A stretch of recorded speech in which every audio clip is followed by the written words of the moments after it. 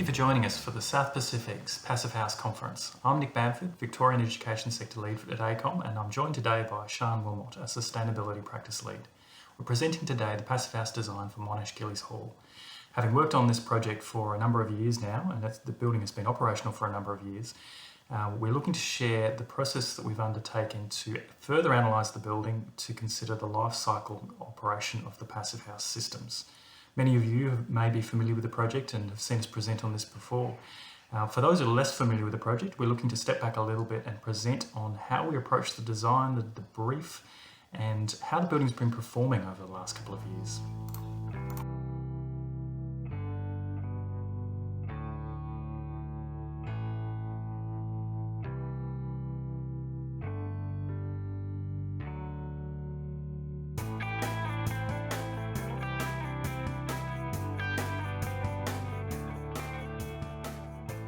Monash commenced their journey on this project back in early 2017, and the brief included 150 bed single occupancy units, support staff residences, floor lounges for the occupants, communal spaces, and a large landscaped area around the building.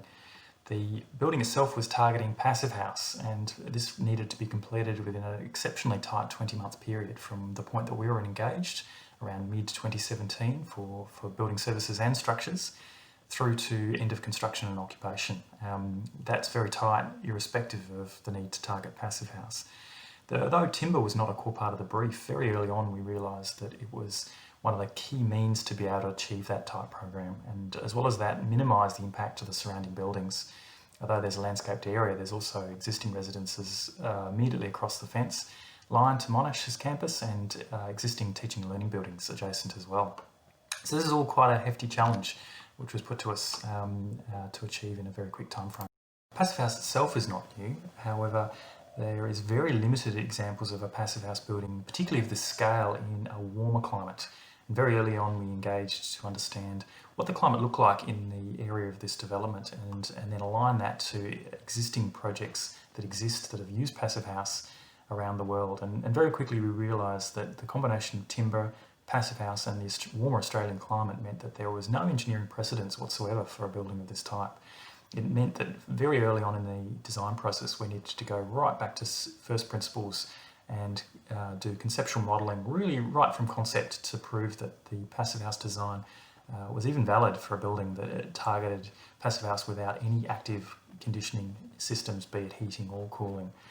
We needed to develop confidence in ourselves, lest develop confidence in our client Monash that this was a building that could be built and would result in occupant comfort for the students.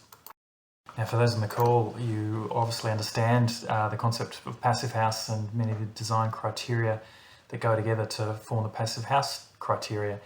And I won't go into those in detail. However, this building is a little different to many that have been presented at this conference. The Passive House design is obviously established around residential, and although this building is primarily residential in use, the building scale and a lot of the building systems closer align the design to that of commercial building. And in fact, we pretty much had to start from scratch in developing the specifications and some of the design principles around more of a commercial style development, and it's one that now sees us to future-proof that design process for more educational and larger commercial style developments. So the areas where it had to change here were really around some of the systems. They had those heat recovery systems, which are at a large building scale, and also things like the detailing around air tightness. For this particular building, given the internal connectivity, we couldn't do the air tightness testing in stages. In fact, we had to do the air tightness testing as the whole building. So the contractor Multiplex had to work very hard to ensure that the design principles were being adopted throughout the whole process to ensure the test was successful at the end. For us in the mechanical design, it meant that we had to consider all of the unique student residence demands in the space. So as an example, the fridge selection. So each of these residences have a fridge and a fully equipped kitchen. In fact, the fridges alone we found were sufficient to provide heating all year round for these little units for the students, and therefore created a overheating risk in summer. So we had to work with our client Monash to select the right fridge to ensure that we didn't overheat these small units. Now from there, we moved on to facade optimisation. Given this is a large building, we needed to work very closely on the form factors of the building, so the facade to floor area ratios were in the right position to be able to achieve passive house. But then again, the facade shading strategy was the best scenario that we could achieve for Monash and for the building. And to be able to optimise for the various parameters involved, for instance, extent of glazing, the external shading, each of the different facade orientations and the insulation ratings, we adopted a computational modelling optimisation. So this actually optimised for all of those different parameters for each of the facade orientations to ensure that we had the best fit for thermal performance and the best fit for the occupant comfort, and also external connectivity, providing those sight lines which are so good down in that peninsula region. So the final design here, we can see some of the images, and we worked very closely with the architect JCB to ensure each of those facades was optimised. And the facade system itself involves 5 different profiled aluminium pieces, which are then used in different orientations and in different patterns around the facade, which gives it that high level of articulation. And the facade design itself then works together with the insulation and thermal bridging to ensure that we achieve those high-performing facade, high-performing thermal performance. Mechanical system design, and we went for a relatively conventional passive house design with heat recovery systems operating at 80% efficiency and no active heating and cooling. Now, we did consider these heat recovery systems being located in each individual space. However, given the impact that would have on occupants if these units broke down and needing to get into their spaces to be able to maintain them, as well as the additional facade penetrations, with 150 beds, that's quite a number of facade penetrations, we then pushed for having large central heat recovery systems. Now, as well as reducing facade penetrations, that meant that those systems could then aggregate thermal performance for the whole of the building. We could then focus on the building thermal performance as a whole, as any heat or any coolth, in fact, is then shared and distributed evenly. Now, this is great in winter's mornings, say when we have eastern facade sun, then heating up that eastern facade, we can actually share that heat then around the whole of the building. So in fact, the western facade then gets that benefit. For this style of building and those like it, that has a significant benefit for any of the larger commercial style passive house buildings. So this central system is then modelled, and we can consider then the thermal performance against business as usual. So we can see here from the modelling process that passive house is going to perform amazingly consistently well, and the temperature profile we compared this in IES had a number of days very warm, so up to 40 degrees, and we're predicting that the spaces would achieve very consistent operation around 25 degrees, and certainly within the passive house criteria that needs to achieve no greater than 30 degrees on a percentage of days. Now, this informed us going with passive house, but also not having any thermal conditioning in the space. And the final design for each of the spaces is then very cut back. So air is supplied out into the bedrooms and then extracted back in from the bathrooms. That same system then has mechanical dampers in, which control the amount of air being distributed to the space. Low-level air is supplied into the spaces at all times, but in fact that system can operate as a boost when the bathroom is in operation, or in fact when the whole of the building is trying to purge heat. Now, for those warmer days, we certainly envisage the space would achieve for a few hours in the year upward of 30 degrees, and to ensure comfort for those temperatures, each space then has a ceiling fan. And if we consider the air velocity as a function of temperature, the analysis suggests for passive house we do have almost all hours within that comfort zone for the occupants, which is really great news and a testament to the design. As compared to business as usual, particularly in winter, we see the temperatures dropping right down, and hence for those business as usual constructions, heating is still required, which we don't see here.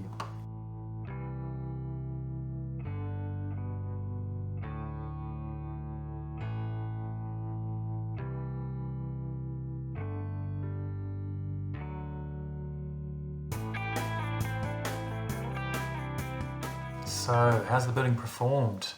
Now, back when it opened in early 2019, it opened in around February, and it was just before the weather started getting really warm. I mean, really warm. We had a heat wave even, I'd say, in the first couple of weeks of it opening up, and certainly put the building through its paces and had us literally sweating around how the students were going in the building.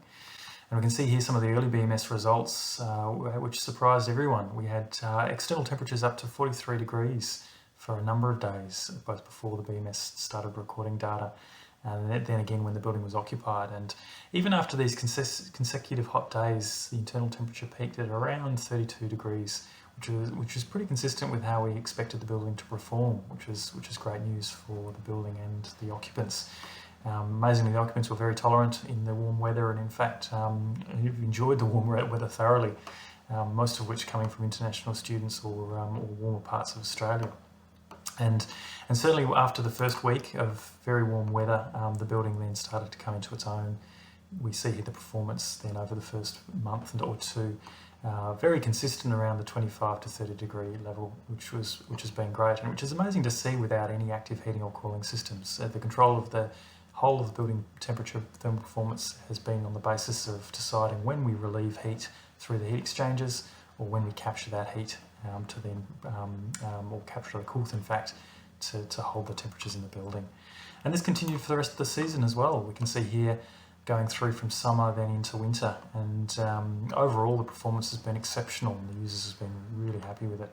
The lower temperatures there on the late winter were actually as a result of the student holidays. So we had about 60% of the building in occupation, and given the building ventilation systems circulate air throughout the whole of the building, we actually found that 60% of occupation wasn't enough to be able to keep temperatures within that 20 degree band, which was an interesting result, and meant that through building tuning we've further improved building operation by closing down ventilation to those spaces that are occupied for longer than 24 hours, which has been great, and has since improved temperatures again in winter. So this first 6 months of operation has been amazingly consistent in showing worst case summer and worst case winter.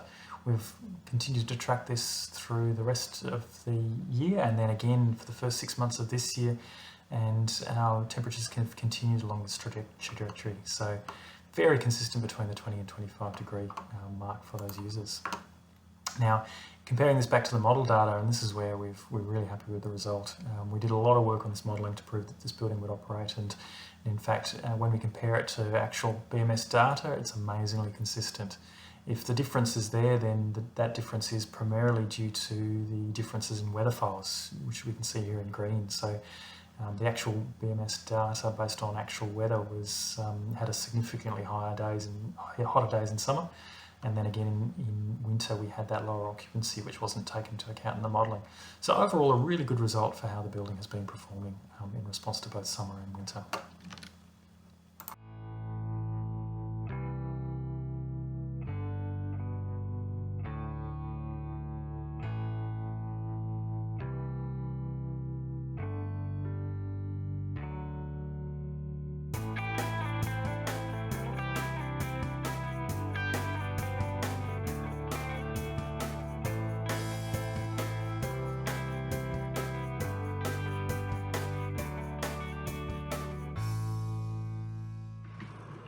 As Nick mentioned, we've continued to collaborate on Gillies Hall with Monash University as a client post-construction. And this year, with our costing team, we were able to complete a life cycle costing exercise, comparing it to a typical university student housing development. Where Gillies Hall was provided with absolutely no active conditioning, the traditional student hall was provided with radiant heaters to each student room, which is pretty common here in Melbourne, and they were supplied with hot water via gas-fired boilers. Neither Gillies Hall or the typical housing was provided with cooling. Now, this was purely a direct financial comparison, so it didn't include costs like predicted carbon taxes, social costs, or similar.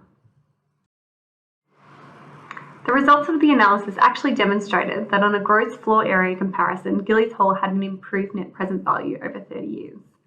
And although the facade costs for Gillies Hall were higher, significantly higher, at approximately 30% based on GFA, this investment actually allowed for the reduction of mechanical services such as active heating and cooling. Now, there may also be other factors that contribute to the higher facade costs, such as the beautiful architectural expressions here at Gillies Hall, some of which do not actually contribute to the overall passive house outcome. However, those differences were not considered as part of the analysis. So as we understand, the potential cost savings could have been actually higher. The electricity usage and thus operational electricity cost is actually greater for Gillies Hall, and this is due to the constant running of fans to provide outside air to students through the heat recovery ventilation systems.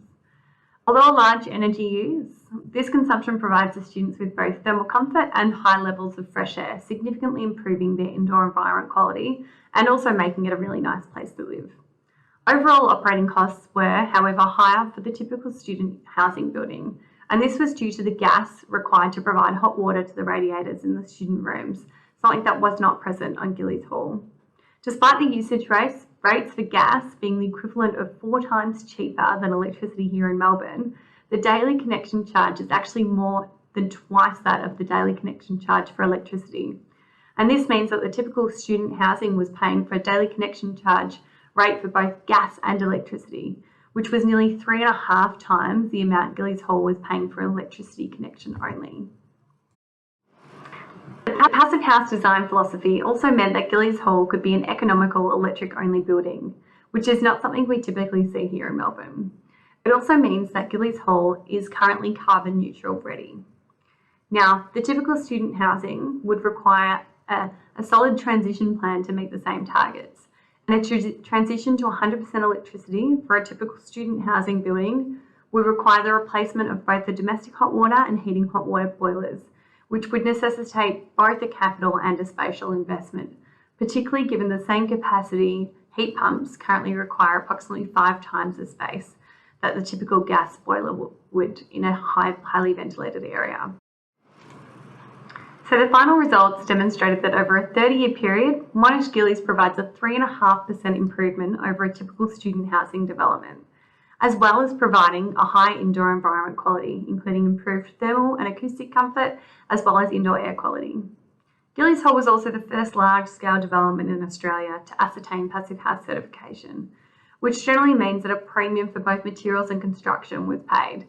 The passive house design methodology, however, is happily becoming much more popular in the Australian climate, which should hopefully result in cost premiums diminishing over time.